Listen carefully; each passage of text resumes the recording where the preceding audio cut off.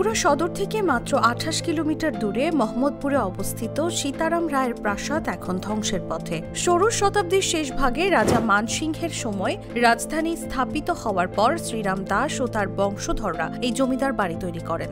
রাজপ্রাসাদের ধ্বংসাবশেষ, রামসাগর, সুখসাগর ও দশভুজা মন্দির সহ নানা স্থাপত্যিক নিদর্শন এখনও দর্শকদের আকর্ষণ করে। স্থানীয়রা জানান, প্রাসাদের প্রবেশদ্বারে ২ হাতের সুর খচিত নকশা, বিশাল খোলা মাঠ এবং ভাঙা জানালার মধ্য দিয়ে দেখা যায় রাজবাড়ির কারুকার্য।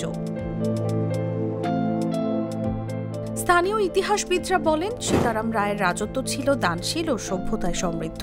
তার মা দয়াময়ী তেজস্বিনী ছিলেন সাহসী ও কৌশলী। রাজপ্রাসাদের পেছনে দুধসাগর নামে একটি বিশাল পুকুরও রয়েছে, যা প্রাচীন ধনাগার হিসেবে ব্যবহৃত হতো। এই পিছনের জায়গাটা আছে, এটা টাকশাল। শুনেছি এখানে যত ধন সম্পদ, এখানে একটা ভিতরে কূপ আছে, ওখানে রাখতো। তার পাশে একটা পুকুর আছে, এটা শান পুকুর। এখানে সীতারাম রাজার ওয়াইফ, উনি রানী গোসল করতো। আর তার পাশে একটা বিল্ডিং দেখা যাচ্ছে, ওটা হচ্ছিল ওনার বাসভবন, উনি থাকতেন ওখানে। পর্যটকরা রিক্সা বা হেঁটে সহজে এই স্থানে পৌঁছাতে পারেন। রাজা সীতারাম রায় মূলত ওনার পূর্বপুরুষের বাড়ি হচ্ছে ভারতের গিধিনা গ্রামে। ওখান থেকে ওনার বাবা ভূষণা রাজ্যের সহকারী তহসিলদার হিসেবে উনি বদলি হয়ে আসেন। আসার পরে ওনার শিশু সন্তান সীতারামকে নিয়ে এই এলাকায় আসেন।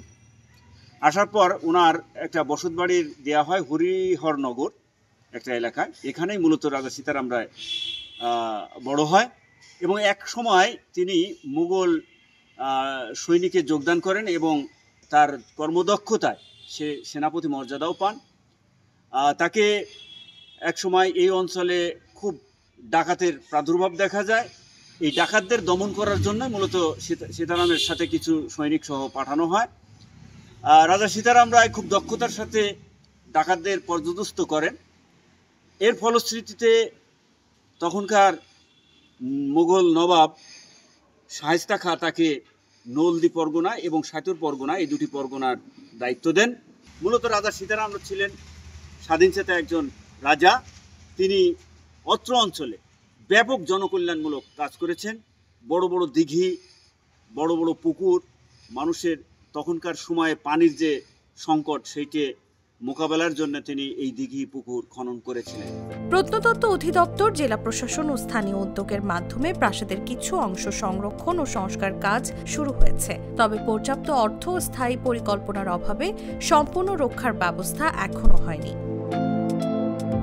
রাজা সীতারাম রায়ের রাজবাড়ির যেটা মোহাম্মদপুরে আছে, ওখানে প্রত্নতত্ত্ব অধিদপ্তর থেকে একজন কেয়ারটেকার দেওয়া আছে, উনি দেখভাল করছেন।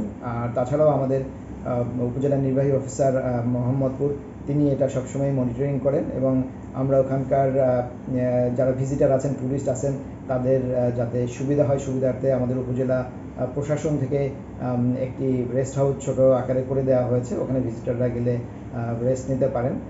এবং আমাদের তরফ থেকে জেলা পরিষদ থেকে একটি উদ্যোগ নেওয়া হয়েছে যে রাজারাম সীতারা যে কাচারি বাড়ি আছে, সেই কাচারি বাড়িতে একটি ঘাটলা নির্মাণ করে দেওয়ার জন্য এবং ওই পুকুরের চারপাশ দিয়ে একটি ওয়াকিং ট্র্যাক করে দেওয়ারও পরিকল্পনা আছে। তো উপজেলা প্রশাসন এই বিষয়টা সবসময় দেখভাল করছে।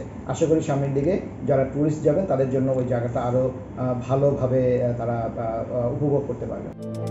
সীতারাম রায়ের বাড়ি শুধু পুরনো রাজকীয় স্থাপনা নয়, বরং এটি বাংলাদেশের ইতিহাস, স্থাপত্য শিল্প এবং সাংস্কৃতিক উত্তরাধিকারকে ধারণ করে। সুস্থ পর্যটন ও সংস্কার কার্যক্রমের মাধ্যমে ভবিষ্যৎ প্রজন্মের জন্য এটি রক্ষা করা জরুরি।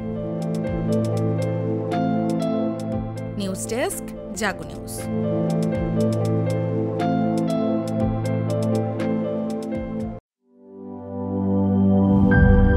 দুধার চকলেটে একাকার হয়ে ওঠা প্রাণ লেয়ার সম্পর্কের মিষ্টি ম্যাজিক।